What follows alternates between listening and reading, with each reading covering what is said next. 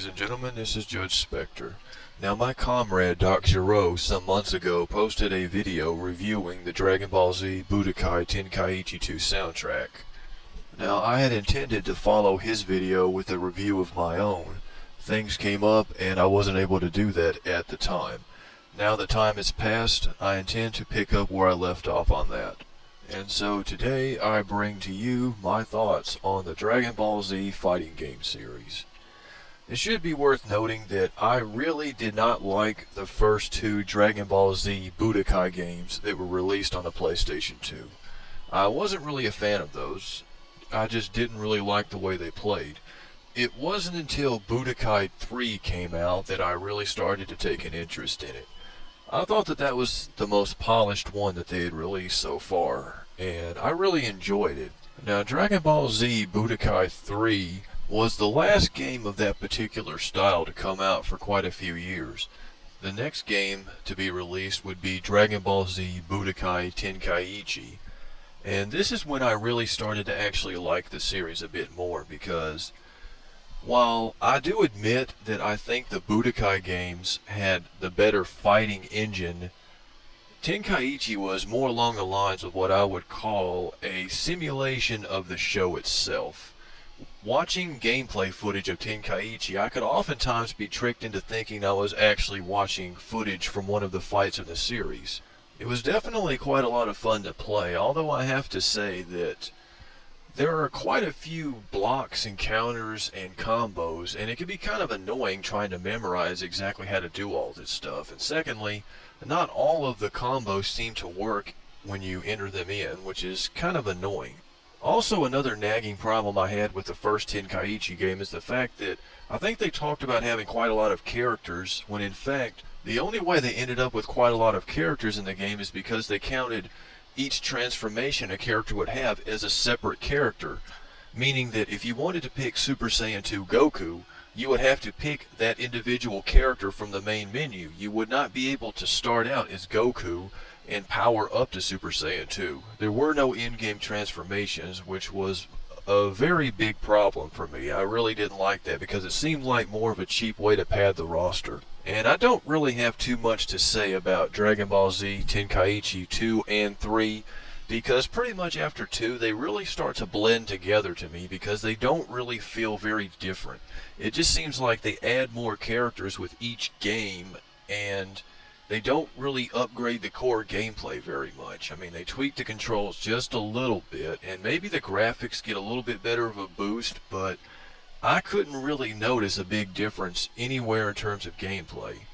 And in terms of story modes, it's arguable that some of the Dragon Ball Z games have been getting worse. Now, Dragon Ball Z Tenkaichi 2 had quite a long story mode that would take quite a long time to finish. It even featured a number of what-if scenarios. And in Dragon Ball Z Budokai Tenkaichi 3, the most recent Tenkaichi game to be released, it featured a pretty lackluster story mode, which I wouldn't even call a story mode, because it featured more like what I call highlights. They would choose some of the biggest battles from the saga and put those in there. They didn't really go through the storylines very much. As a matter of fact, from the main menu, you were actually told that you could experience the battles the way they had in the series, or you could choose to experience them your own way, which basically boiled down to fighting a battle and waiting for the R3 command to come up on screen, clicking it, and then a storyline sequence would take place that would be pulled directly from the cartoon. Now, it's told that you can actually go around this and choose to fight the battle your way, but they fail to mention that at some point you have to do that, otherwise the game gets unbelievably hard and pretty much impossible to beat. That was pretty annoying, to say the least.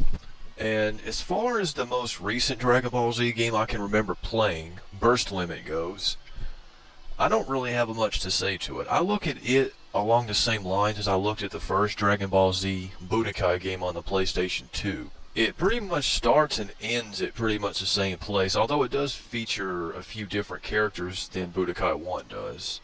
It definitely kind of did feel like a pretty small step forward in terms of Dragon Ball Z games. And as I said earlier, I do think the Budokai series has a deeper and better fighting engine than the Tenkaichi series, but overall, I would say the Tenkaichi series was much more fun for me to play because it felt more like a simulation of the actual show. And I know I'm leaving out one Dragon Ball Z game, Infinite World, but I have not played that game. I have, however, looked at footage of that game, and I can say that it looks pretty much like any of the Budokai games on the PlayStation 2.